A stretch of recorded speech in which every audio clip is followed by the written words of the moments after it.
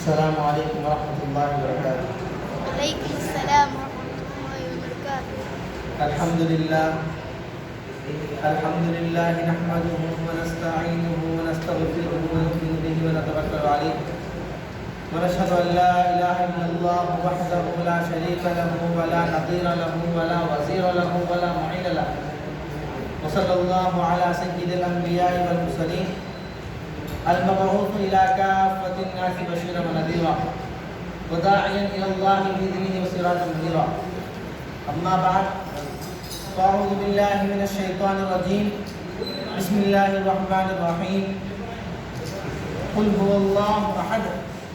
اللہ الصمد لم یلد ولم یولد ولم یکن له کفوا احد۔ وقال في موضع آخر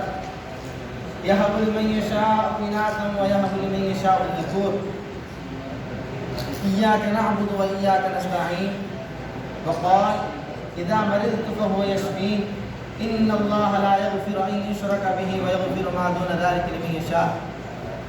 وقال النبي صلى الله عليه وسلم قولوا لا إله إلا الله تفلحوا۔ قابل قدر عزیز بزرگوں اور دوستوں، اللہ تبارک و تعالیٰ کا لاکھ لاکھ احسان ہے کہ اللہ تبارک و تعالیٰ نے ہم سب کو مسلمان بنایا اور کلمہ لا الہ الا اللہ کی دولت سے نوازا، اور سب سے بڑا احسان یہ کہ ایسے نبی کی امت میں پیدا کیا جو امام الانبیاء خاتم النبیین والمرسلین جناب محمد رسول اللہ صلی اللہ علیہ وسلم ہے۔ اللہ تبارک و تعالیٰ نے انسانوں کی رشد و ہدایت کے لیے کم و بیش 1,24,000 انبیاء علیہ السلام اس دنیا میں بھیجا۔ سارے انبیاء علیہ السلام کا مشن اور طریقہ ایک تھا، سب کی آواز توحید کی آواز تھی، سب کی دعوت توحید کی دعوت تھی، سب کا مشن توحید کا مشن تھا، سب کی تعلیم توحید کی تعلیم تھی، سب کا سبب قولوا لا الہ الا اللہ تفلحوا کا تھا۔ اس توحید کے لیے انبیاء علیہ السلام کو تکلیفیں اٹھانی پڑی، گھروں کو چھوڑنا پڑا، لوگوں کی دھمکیاں سننی پڑی، اس توحید کی دعوت میں انبیاء کو قتل کیا گیا، وہ جلا وطن کیے گئے، لیکن توحید کی دعوت سے نہیں ہٹے۔ پھر جب باری آئی امام الانبیاء خاتم النبیین والمرسلین کی، تو آپ صلی اللہ علیہ وسلم نے بھی یہی اعلان کیا، اے لوگو قولوا لا الہ الا اللہ تفلحوا۔ توحید کی آواز سن کر لوگ دشمن ہو گئے، راستے میں کانٹے بچھائے، جسم مبارک پر غلاظت ڈالی، طائف میں پتھر برسائے، لیکن نبی پاک صلی اللہ علیہ وسلم اپنے مشن اور دعوت سے نہیں ہٹے، کیونکہ توحید ایمان کی جڑ ہے، اگر اس میں کمی ہے تو اس کا ایمان ناقص، اگر اس میں کمی ہے تو اس کا ایمان ناقص۔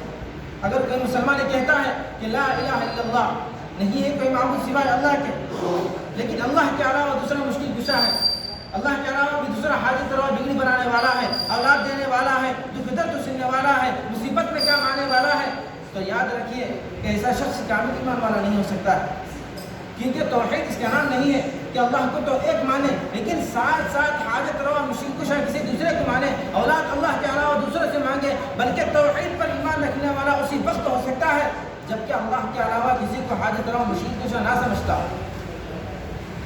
کیوں کہ لا الہ الا اللہ کا جہاں یہ معنی ہے کہ اللہ کے علاوہ دوسرا کوئی معبود نہیں، وہی لا الہ الا اللہ کا یہ بھی معنی ہے کہ اللہ لا الہ الا اللہ نہیں ہے کوئی حاجت روا سوائے اللہ کے، نہیں ہے کوئی مشکل کشا سوائے اللہ کے، نہیں ہے کوئی بگڑی بنانے والا سوائے اللہ کے، نہیں ہے کوئی سجدہ کے لائق سوائے اللہ کے، نہیں ہے کوئی اولاد دینے والا سوائے اللہ کے۔ لہٰذا جب لا الہ الا اللہ کے ان تمام تقاضوں کو مانتا ہے تب وہ کامل ایمان والا کہلا سکتا ہے۔ لیکن آج کے کچھ ایسے بھی مسلمان ہیں جو توحید باری تعالیٰ میں انبیاء اور اولیاء کو شریک کرتے ہیں اور نبی کو مختار کل ہونے کا عقیدہ رکھتے ہیں، حضرت علی کو مشکل کشا حاجت روا جانتے ہیں، عبد القادر جیلانی رحمۃ اللہ علیہ کو اولاد دینے والا بگڑی بنانے والا جانتے ہیں، خواجہ اجمیر رحمۃ اللہ علیہ کی قبر پر سجدہ کیا جا رہا ہے، صابر کلیری رحمۃ اللہ علیہ کے مزار پر مرادیں مانگی جا رہی ہیں، نبی کو مختار کل جاننا، حضرت علی کو مشکل کشا حاجت روا سمجھنا، عبد القادر جیلانی رحمۃ اللہ علیہ سے اولاد مانگنا، خواجہ اجمیر رحمۃ اللہ علیہ کی قبر پر سجدہ کرنا، صابر کلیری رحمۃ اللہ علیہ سے مراد مانگنا، یہ تمام کی تمام چیزیں لا الہ الا اللہ کے تقاضے کے خلاف،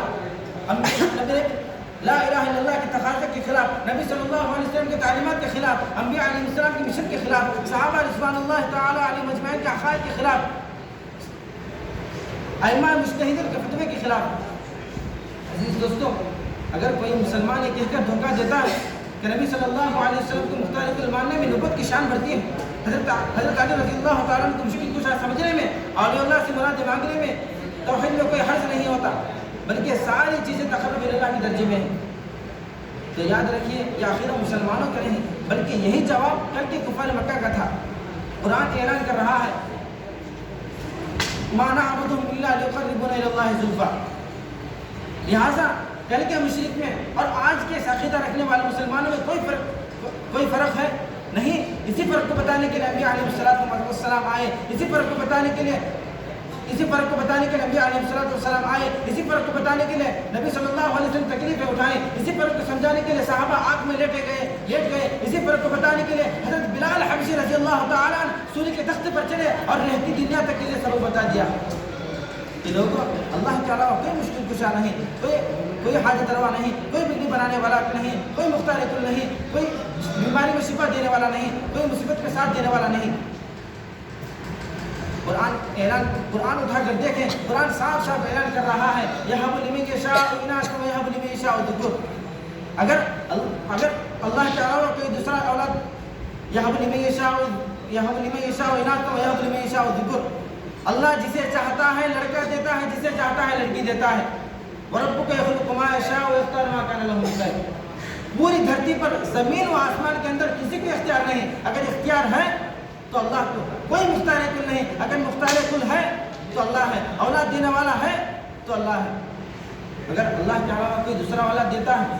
تو حضرت عائشہ صدیقہ رضی اللہ تعالیٰ عنہ نبی صلی اللہ علیہ وسلم کے 9 سال حجرے میں رہے, تمنا بھی کرتی رہی,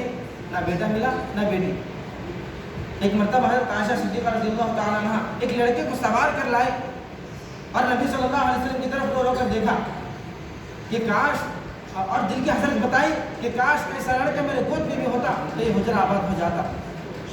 اے قبروں پر جا کر اولاد مانگنے والوں, اللہ کے علاوہ دوسروں کو مشکل کو حاجت روا سمجھنے والوں, نبی صلی اللہ علیہ وسلم کا جواب تو سنو اور اپنا عقیدہ درست کرو. نبی پاک صلی اللہ علیہ وسلم فرماتے اے عائشہ یہ خزانہ میرے پاس نہیں بلکہ